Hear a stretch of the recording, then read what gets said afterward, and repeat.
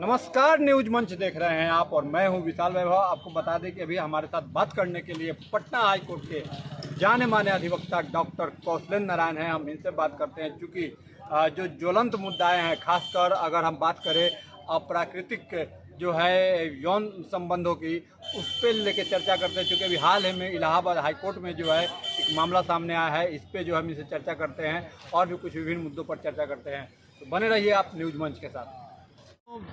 बिहार के मुख्यमंत्री नीतीश कुमार जो है बार बार सफाई दे रहे हैं कि हम एनडीए के साथ हैं, एनडीए के साथ हैं।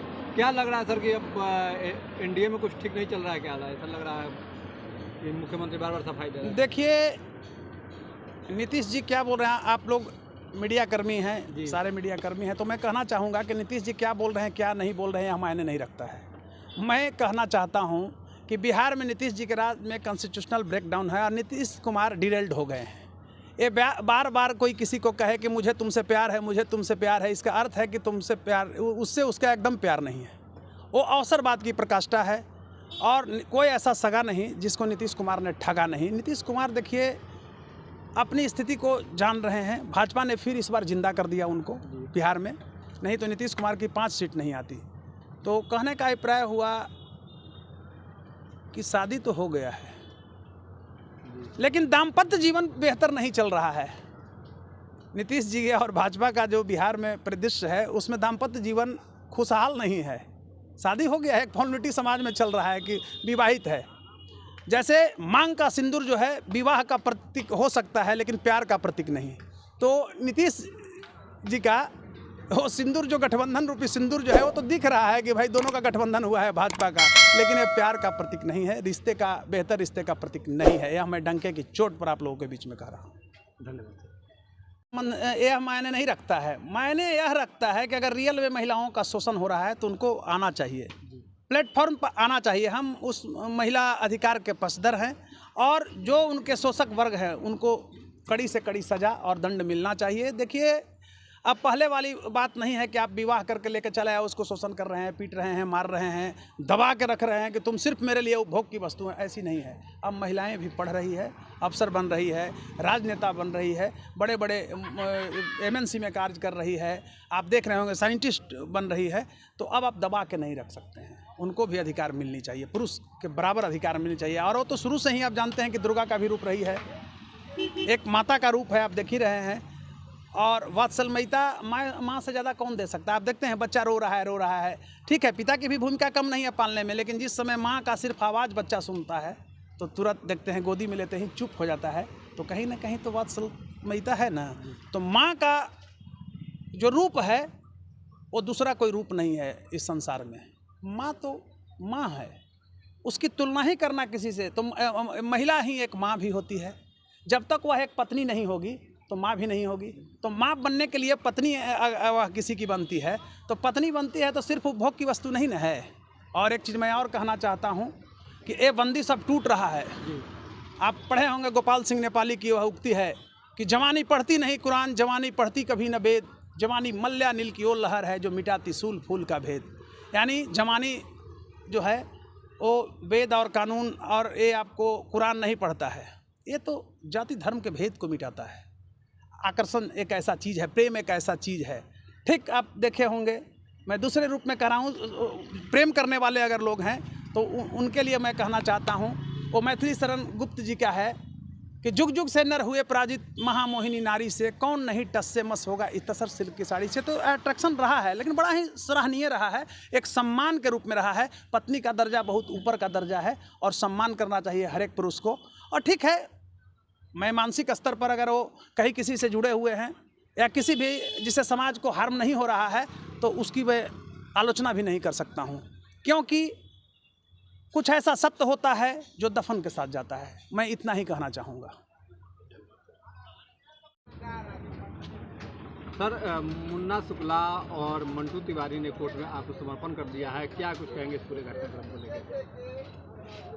देखिए, मुन्ना शुक्ला और मंटू तिवारी जी ने जो आत्मसमर्पण किया है यह बड़ा ही सराहनीय कार्य उन्होंने किया है। न्यायपालिका सर्वोपरि है, न्यायपालिका से उनको सजा हुआ था, माने ऑनरेबल सुप्रीम कोर्ट से। तो उन्होंने वो आदेश था सुप्रीम कोर्ट का, माननीय उच्चतम न्यायालय का, कि 15 दिन के अंदर आपको सरेंडर करना है। तो उन्होंने सरेंडर किया, सम्मान किया न्यायपालिका का। तो बड़ा ही यह सराहनीय कदम है। अच्छा ये बताइएगा सर, उसी केस में सूरज भान का बेल हो गया, उनको वहाँ से बरी कर दिया गया, तो मुन्ना शुक्ला को आजीवन कारावास क्यों?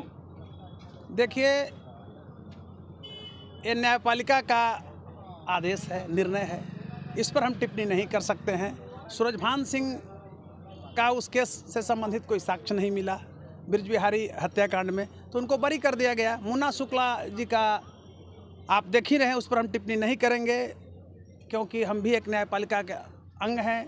कानून रूपी जो देव मंदिर है उसके हम भी एक प्रहरी हैं, पुजारी हैं, तो उस पर टिप्पणी नहीं करेंगे। मुन्ना शुक्ला जी का भी चांस है, कल वो भी दूध का दूध पानी का पानी होगा तो बाहर आएंगे, लेकिन वर्तमान में अभी उनको सजा हुआ है, तो उस पर टिप्पणी हम नहीं देना चाहेंगे। हाँ, इतना ज़रूर कहना चाहेंगे कि मुन्ना शुक्ला जी और मंटू तिवारी जी ने कानून का आदेश का पालन किया, माननीय सुप्रीम कोर्ट का, इसके लिए मैं उनको धन्यवाद देता हूँ। लेकिन राजनीतिक गलियारों में सर कुछ और चर्चा है कि राजद में थे, इसीलिए उनको जो है कानून ने सजा सुना दिया, सूरजभान सिंह को बरी कर दिया गया। राजनीतिक गलियारों में तमाम तरह की चर्चा है। देखिए, आप हमसे जो विचार ले रहे हैं, लीगल विचार ले रहे हैं, हम राजनीतिक टिप्पणी पर विश्वास यहाँ नहीं करेंगे। ठीक है, होता है, बहुत कुछ होता है जो हम कह नहीं सकते हैं, कुछ ऐसा सत्य होता है जो दफन के साथ जाता है। कल मुन्ना शुक्ला भी बाइज्जत बरी होकर के आएंगे, लेकिन एक प्रक्रिया है, उसके तहत चले गए हैं, और कौन क्या कह रहा है, कौन क्या न कह रहा है, यह तो टिप्पणी जरूर है। लेकिन एक चीज़ मैं कहना चाहूँगा, वर्तमान जो सरकार है ये जाति देख करके, धर्म देख करके लोगों को टारगेट कर रही है। यह बड़ा दुर्भाग्य है देश के लिए।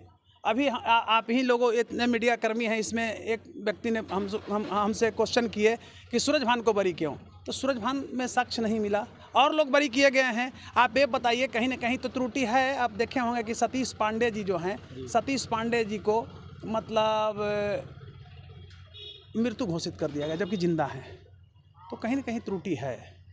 और न्यायपालिका का आदेश है, इसलिए ज़्यादा इस पर टिप्पणी देना हम उपयुक्त नहीं समझते हैं। लेकिन ये ज़रूर हम कहना चाहेंगे कि इसकी समीक्षा होनी चाहिए, और यह साबित तो ज़रूर करता है कि आज मुन्ना शुक्ला जी के प्रति सरकार का दुर्भाग्यपूर्ण रवैया है। मैं कानून का नहीं कहूँगा, लेकिन सरकार का दुर्भाग्यपूर्ण रवैया है।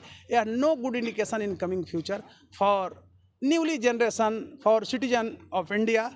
ये कहीं से कतई बर्दाश्त करने योग्य नहीं है। बहुत ही सदमापूर्ण यह निर्णय है। टारगेटेड करके अगर आप सजा कराते हैं, सीबीआई को यूज करते हैं, सीबीआई को शुरू से ही आप लोग जानते होंगे कहा गया है कि पालतू तोता है, तो पालतू तोते की तरह अगर यूज कीजिएगा तो कहीं से सही नहीं है। अभी वहाँ उनको सजा हुआ है मुन्ना शुक्ला जी और मंटू तिवारी जी को, लेकिन उनको अभी कई प्लेटफॉर्म पर अवसर है, वो सजा मुक्त हो सकते हैं, सजा मुक्त हो जाएंगे। दूध का दूध पानी का पानी न्यायपालिका से हो जाएगा, तो फिर वो बाहर चले आएंगे। लेकिन अभी वर्तमान में बहुत ही उनका निर्णय जो है वो सराहनीय है कि उन्होंने कानून का जो आदेश था, यानी माननीय सर्वोच्च न्यायालय का जो आदेश था, उसको आदर करते हुए, अनुपालन करते हुए कोर्ट के सामने सरेंडर किया।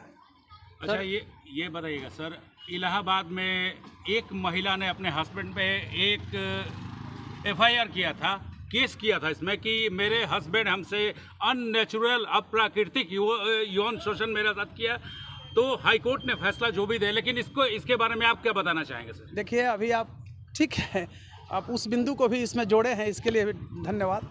देखिए, इलाहाबाद हाईकोर्ट का फैसला जो है वो दूसरे तरह से, मीडिया वाले भी दूसरे तरह से इसको चला रहे हैं। वो महिला जो है फैब्रिकेटेड एफआईआर की थी कि हमारा पति जो है हमारे साथ अप्राकृतिक यौन शोषण करना चाहता, अननेचुरल सेक्स करना चाहता है। तो कोर्ट ने कहा कि नहीं, मतलब यह जो है स्पष्ट रूप से कहा कि यह गलत है, इससे कि फैब्रिकेटेड था। लेकिन अप्राकृतिक यौन शोषण जो है एक अपराध है, और महिला हो या पुरुष हो, इस पर कड़ी से कड़ी कानून बनी हुई है हम भारतीय संविधान के द्वारा हमारा देश में, और जो भी इस तरह के कार्य करते हैं वो कानून उनको सजा देती है। एक चीज़ मैं और कहना चाहूँगा, देखिए, अभी डाइवोर्स की घटनाएं बढ़ रही है। अब आप महिला को दबा के नहीं रख सकते हैं, वह एक उपभोग की वस्तु नहीं रह गई है, उसको भी ज़िंदगी जीने का हक है, लड़ने का हक है, अपने अधिकार प्राप्त करने का हक है। अब महिलाओं को, मैं टिप्पणी किसी जाति धर्म पर नहीं कर रहा हूँ, चाहे वो हिंदू महिला हो या मुस्लिम महिला हो। मुस्लिम महिला भी है तो आप बुर्के के अंदर कैद करके उसको नहीं रख सकते। वो भी पढ़ रही है, लिख रही है, उसको भी ज़िंदगी जीने का हक है, उसको भी अपडेट, वो भी चाहती है कि हम भी देश दुनिया से रूबरू हों। और हिंदू महिलाएं में भी ये बात है, हिंदू पुरुष भी शोषण करते हैं, ऐसा नहीं एक पक्ष को लेकर के नहीं चलना है। लेकिन हाँ ठीक है, थोड़ा मुसलमानों में रूढ़िवादिता ज़्यादा है। और इस दृष्टिकोण से मैं कहना चाहूँगा कि जो भी हैं महिलाएं पढ़े लिखे, मैं महिला अधिकार का हमेशा पक्षधर रहा हूँ, क्योंकि सृष्टि के निर्माण के लिए एक स्त्री और एक पुरुष का होना अनिवार्य है। और काम वासना और संतानोत्पत्ति की भावना से जब महिला और पुरुष का संबंध स्थापित होता है तो परिवार की उत्पत्ति होती है।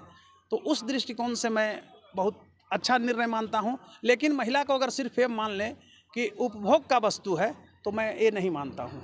अच्छा ये बताइएगा सर, एक वाइफ पे हस्बैंड का अधिकार होता है, तो क्या ये लीगल नहीं माना जा सकता है? मान लीजिए हस्बैंड वाइफ से अननेचुरल सेक्स चाहता है तो क्या लीगल नहीं है? एकदम नहीं लीगल है, इलीगल है। कड़ी से कड़ी पति को सजा होगी, क्योंकि जो प्रकृति ने बनाया है वो बड़ा सराहनीय चीज़ है। प्रकृति ने बहुत दो सुंदर जोड़ा बनाया है, एक स्त्री और एक पुरुष।